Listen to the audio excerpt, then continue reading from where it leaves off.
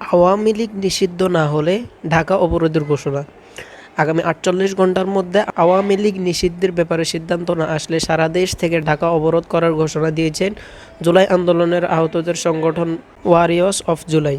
শনিবার আওয়ামী লীগ নিষিদ্ধের দাবিতে ঢাকা বিশ্ববিদ্যালয়ের রাজু ভাস্কর্যের সামনে বিক্ষোভ মিছিল শেষে অবস্থান নিয়ে এ ঘোষণা দেন ওয়ারিয়র্স অফ জুলাইয়ের নেতারা। এ সময় তারা বলেন, আমাদের পঙ্গুত্বের থেকে বের করে সাধারণ জীবন ফিরিয়ে না দিয়ে, আমাদের শহীদদের জীবন ফিরিয়ে না দিয়ে আওয়ামী লীগের পুনর্বাসন এদেশে করতে দেয়া হবে না। রাজনৈতিক দলগুলোকে সতর্ক করে এ সময় তারা বলেন, সতর্ক হয়ে যান, নইলে আরও একটি জুলাই দেখতে হবে। শুধরে যান, নইলে আপনাদের অবস্থা আওয়ামী লীগের মতোই হবে। তারা আরও বলেন, আমরা বুলেটের সামনে দাঁড়িয়ে আন্দোলন করেছি, আমাদের ভয় দেখাবেন না। খুনি হাসিনার বিচার না হওয়া পর্যন্ত আমরা রাজপথ ছাড়ব না।